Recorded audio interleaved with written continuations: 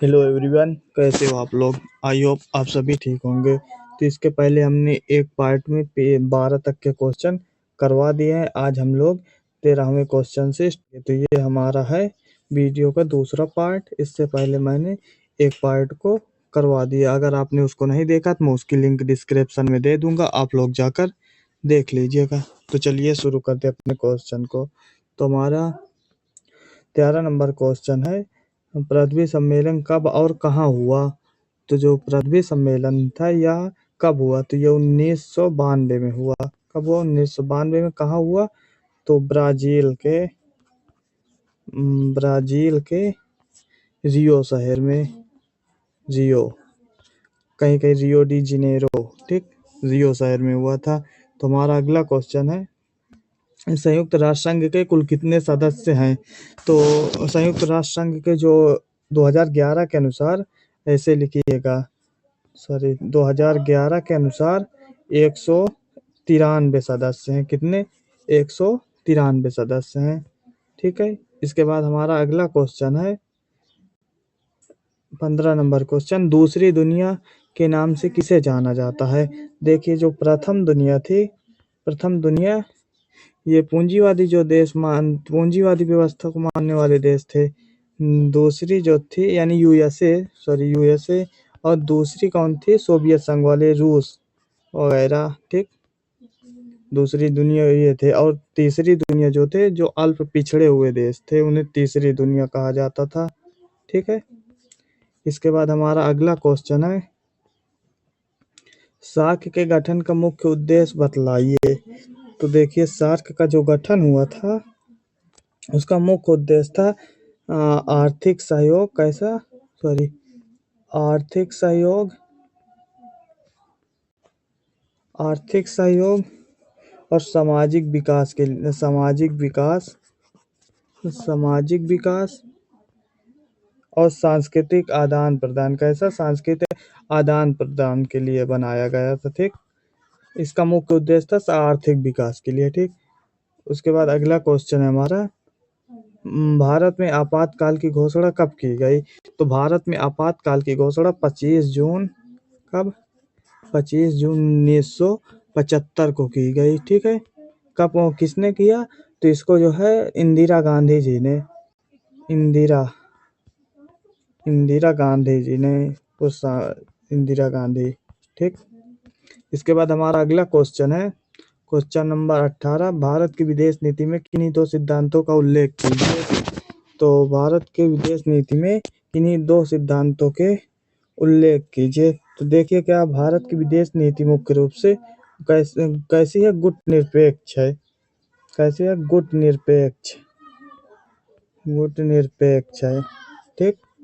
और गुटनिरपेक्ष का मतलब तो आप लोग जानते होंगे। दूसरा है ये पंचशील, भारत की विदेश नीति पंचशील है। ठीक। इसके बाद हमारा अगला क्वेश्चन है, 1977 के चुनाव के बाद भारत का प्रधानमंत्री कौन बना। तो 1977 के चुनाव के बाद भारत के प्रधानमंत्री मोरारजी देसाई बने। कौन? मोरारजी देसाई।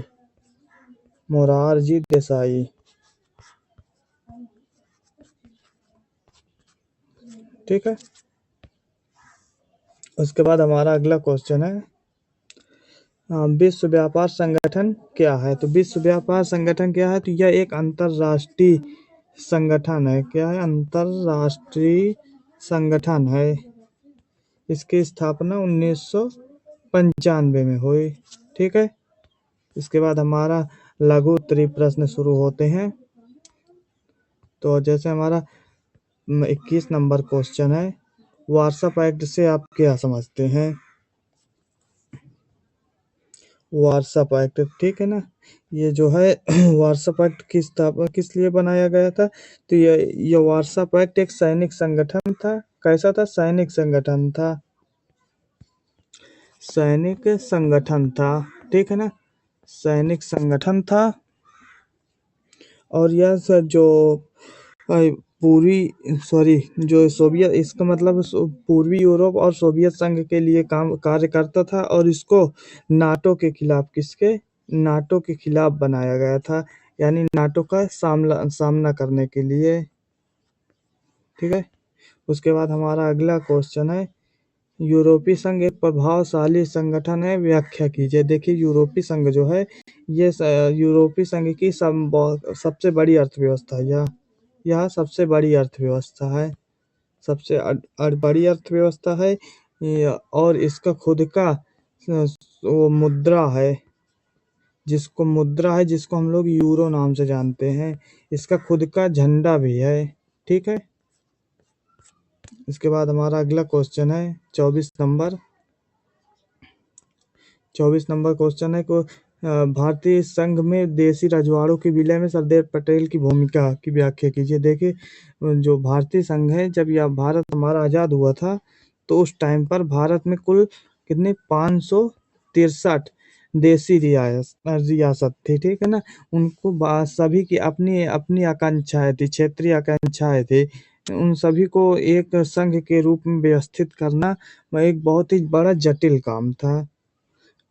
ठीक है, इस बड़े जटिल काम को सरदार पटेल जी ने बहुत जटिल काम को किया है और पूरे जो 563 देशी रियासत थे उन सभी को एक करके आज जो देख रहे हैं तरह भारतीय संघ का निर्माण किया है।